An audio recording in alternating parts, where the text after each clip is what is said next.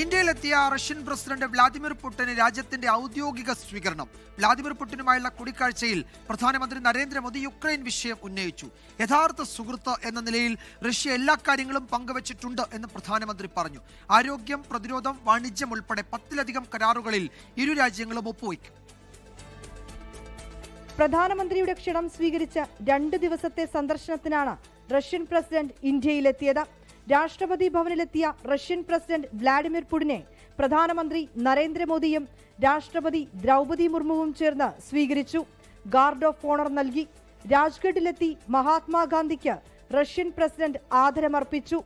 ശേഷം ഹൈദരാബാദ് ഹൌസിൽ നിർണായക കൂടിക്കാഴ്ച. പ്രധാനമന്ത്രി നരേന്ദ്രമോദി കൂടിക്കാഴ്ചയിൽ ഉക്രൈൻ വിഷയം ഉന്നയിച്ചു. ഒരുമിച്ച് ലോകത്തെ സമാധാനത്തിന്റെ പാതയിലേക്ക് നയിക്കുമെന്ന് പ്രധാനമന്ത്രി.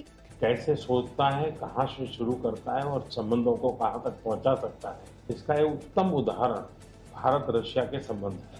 23ാമത് ഇന്ത്യ റഷ്യ വാർഷിക ഉച്ചകോടിയിലും റഷ്യൻ പ്രസിഡന്റ് പങ്കെടുക്കും. ഇന്നലെ നടന്ന പ്രധാനമന്ത്രിയുടെ വസതിയിൽ അത്താഴ വിരുന്നിനിടെ റഷ്യൻ പ്രസിഡന്റിന് പ്രധാനമന്ത്രി ഭഗവത്ഗീത സമ്മാനിച്ചു. ഇന്നത്തെ ഔദ്യോഗിക പരിപാടികൾക്ക് ശേഷം രാഷ്ട്രപതി ദ്രൗപദി മുർമു നൽകുന്ന അത്താഴ വിരുന്നിലും പങ്കെടുത്താകും റഷ്യൻ പ്രസിഡന്റ് തിരികെ മടങ്ങുക. 24 ഡൽഹി.